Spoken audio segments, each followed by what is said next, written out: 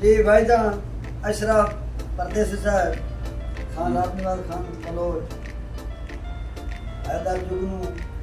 वैतहर doctor Bashir आप फरमाना भाईजान तवज्जो करनी दौड़े थे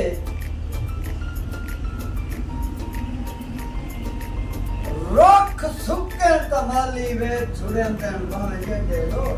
क्या बात है क्या बात है रुख सुके तमाली वे छुड़े अंदर